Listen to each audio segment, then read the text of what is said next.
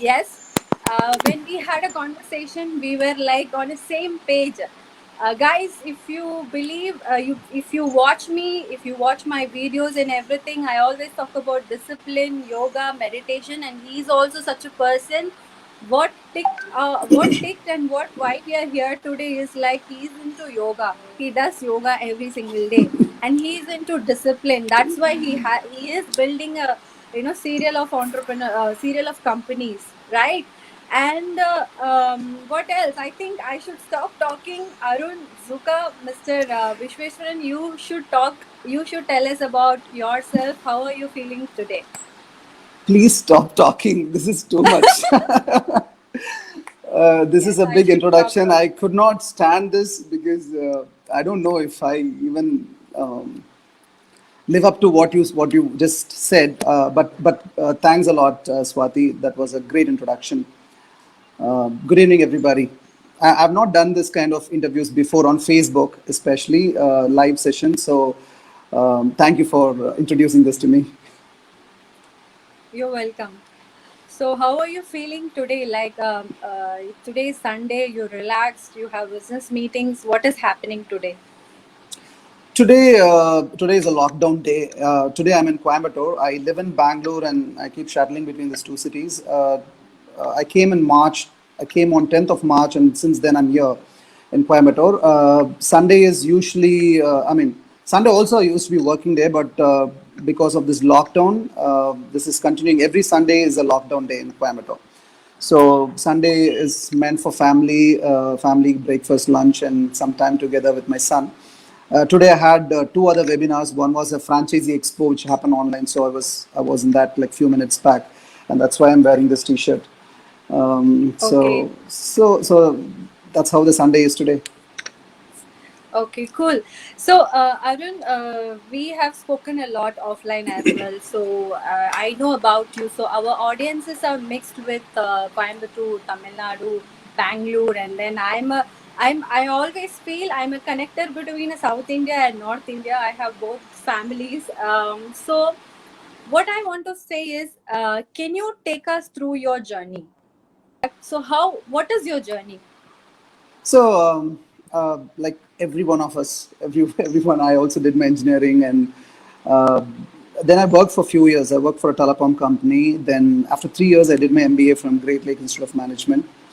After that, I was like working for multiple companies and in technology, IT, telecom again, in enterprise segment. Then I went into a KPO. With that company, I went on to the US for a year, and I traveled to multiple countries like Philippines, Singapore, Malaysia, the US. So this is what I've been like doing, like till about 2016. I was working, and then I also worked for two funded tech startups, one in edtech space and one in fintech space. But entrepreneurship was always there in me. I'm a first generation entrepreneur, but like in 2010, I partnered with one of my friends and then I started a restaurant. Then when I went to the US, then I had to sell it off and then I moved to the US. Then when I came back, again, it was always there in me. So while I was working, I started this. But then 4.5 years ago, in 2016, I decided to get onto this full time. I don't want to really elaborate my experiences about like what I was doing in various companies, but to name few, I've worked with Reliance, Tata, HCL, Sutherland, and two funded startups, tech startups. Now I run a company called Brand Monk, Food and Beverages Private Limited. We named it Brand Monk because we want to be the monks of brands. Very simple. We wanted to create brands, and we want to be the monks. I mean, basically the gurus of the brands. And we wanted to create not only one brand, but we wanted to create other brands. We also wanted to help others in terms of consulting, how to run restaurants, how to create brands from scratch, like the early stage to the later stage of growth. We wanted to help companies to be successful. So that's why we created this company called Brand Monk Food and Beverages Private Limited. Under the brand, we have got few brands, like Zuka was the first one, and then now I've added a brand called BOCS, and we are coming up with a brand called Biryani Bro, and few other brands like No Girl Jars, and a couple of them it's in the trial phase. uh, we will do. We have already done the MVP, but slowly that will also be launched as a brand. Okay. So that's why I called you serial entrepreneur. Okay, Um, that's fantastic because couple of I believed after 4 years of I started my entrepreneurship journey in 2016. I believed that I should own a lot of businesses, maybe at least two, three businesses I have to do in a side by side. And after speaking to you, it just stamped in me like, yes, I have to work like Arun, which he is already doing it better. So yeah, definitely, I'm not joking. Seriously. So my next question will be like, so during this pandemic, we all are in pandemic. I think people who all are watching, either in the tourism industry, Sarjan is from tourism industry, Sauvarnika is from film industry, plus restaurant business, service industry. So I know you have survived this pandemic. So I want you to tell people how you survived this, how you face the downfall, and how you have, what are your strategies to survive. Um, Initially, I didn't know. Like this was very very new. Like for like anybody else, I was clueless as to what what to do. So, a couple of things. Then it took about a week for me to really sink in because even though even though COVID started in December, but then by the time I was so how do I say, I was not even paying attention to what was happening till about Jan February, and then when I realized, then immediately the lockdown started. And after the lockdown started is when I was like thinking, sitting and sad, and because I keep running pillar to post every single day, start the day so early and then hit back the sack like say in the middle of the night. So that's how it has been for the last 4.5 years. So when I had to stay back home, I don't know like what next is what I was thinking. But then I had few responsibilities. The responsibilities like I have franchisees who have taken my brand and then they are uh, you know they probably might go through some tough time. That's one. Then I have my staff, my core team members, who they think that I'm going to give them great career. So that's number two. Number three is that about myself and how am I going to survive this period. This is very tough because restaurants by itself is a very very capital intensive, not only capital intensive, operationally also very very intensive, and you got to be like jack of all trades to actually be successful. It's very excruciatingly tough business. And when you're totally shut off, like immediately the thing is that what are you going to do with the existing inventory which are perishable? It's not only for one store but for like many stores in double digits. So you have to think about it. You cannot like ignore your franchises because they've invested in you.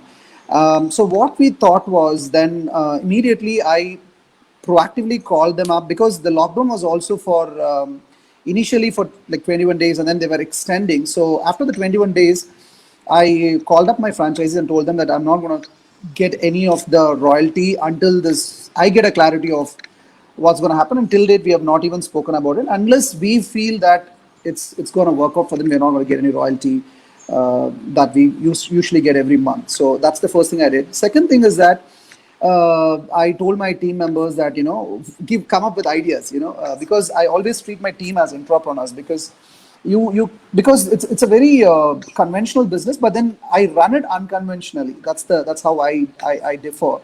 I always and people who work with me, they know, and people who have been with me also have been told. They told me that they don't feel like working in a restaurant. They don't feel like they work for a restaurant brand because I don't I don't really speak that with them. That the language that we use is totally different. Like they feel like they're working for a startup. Uh, then what I did was, then a lot of people had to move out of the city, so help them to move out of the city because they want to go back, and all that stuff happened. Then we also cut down on few people. But what we did was that we tried, we wanted to pay the full salary to whomever who were working with us. So that is something we did. Till date, we have been doing that, and we tried to renegotiate on the rentals.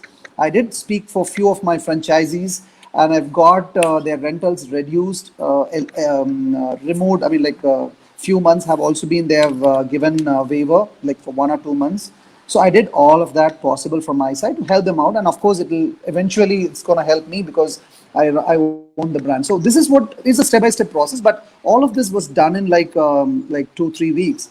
Then the third week or fourth week, then I was thinking like, how am I going to sustain this? Because business has dropped. People have lost confidence of going to a restaurant because of the fear of acquiring COVID and stuff. So then I was thinking, what next? How do we even survive? Because you need to have business. But even if you look at the overall ecosystem, like no, not a single person is willing to take that loss. Like for example, the owners do not want to give any months, 3 months. The employees want their full salary. So that's how it is. Like everybody has their own problem. So then to solve the problem, the only way is to increase your top line, and that's the only way. And to increase your top line with one product, it would have actually been difficult. So we thought of adding more into the mix, but at the same time, not we do not want to add anything which has got lower shelf life. We do not want to add anything which will add up on people, further labor, which will take more space like that. I mean, I have my own ways of my own logic of what to have and what not to have. So that's how it all started. Then we wanted to create few brands. Like we added a like beverage. We added a fruit beer. We ginger ale. We added a wine brand. We added biryani bro. Even in such brands, we ensured that there is no wastage. So anything that I added on top of the existing whatever we were doing, even the BOCS brand was added after the lockdown. So this is a square pizza. So we wanted to disrupt the market with something new. So that's how even though we were known for pizza, so we added this, and then it had its own ways of taking advantage of technology and automation and eliminating the pilferages and leakages, which typically, and of course the wastages. So that's how I started off. But then within a month's time, we kind of put together some idea, and then we launched few brands like No Gul Jar has got about a week and 10 days of shelf life, which is totally healthy. It could be a breakfast alternative, it could be a dessert alternative, it could be for weight loss. There is no sugar, no artificial ingredients or anything. It's only made with all natural ingredients, and for sweetening we have only added honey. So everything is healthy in it. So that's how the whole process. That's how I actually thought through. In fact, I made a blog post saying that this lockdown is a great opportunity to unlock your potential, not only the individual's potential, but also your company's potential. It's a great opportunity to look back and see, and that's the only time we had time. Otherwise, we are always running pillar to post. So when you're running, you don't get to think. So when you had the time sitting, then we thought about it. We tried to create something new. All of that happened.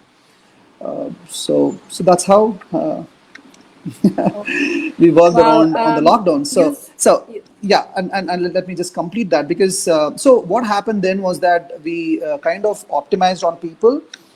Even though even now when we have our rentals full and the people have been cut down, uh, even menu few items have been cut off just to make sure that it's very lean. At the same time, also you give variety. So in the current situation, we are operationally break even. We don't have that kind of difficulty. So yeah, that's how it is. okay? So that's summarizing a lot of hard work. You just list out it in a easy way, but optimization, creating new products and managing the employees and their salaries and your cost, it's not that easy. And I can see your hard work. I think everybody who is here, they can see your hard work, which is now paying off.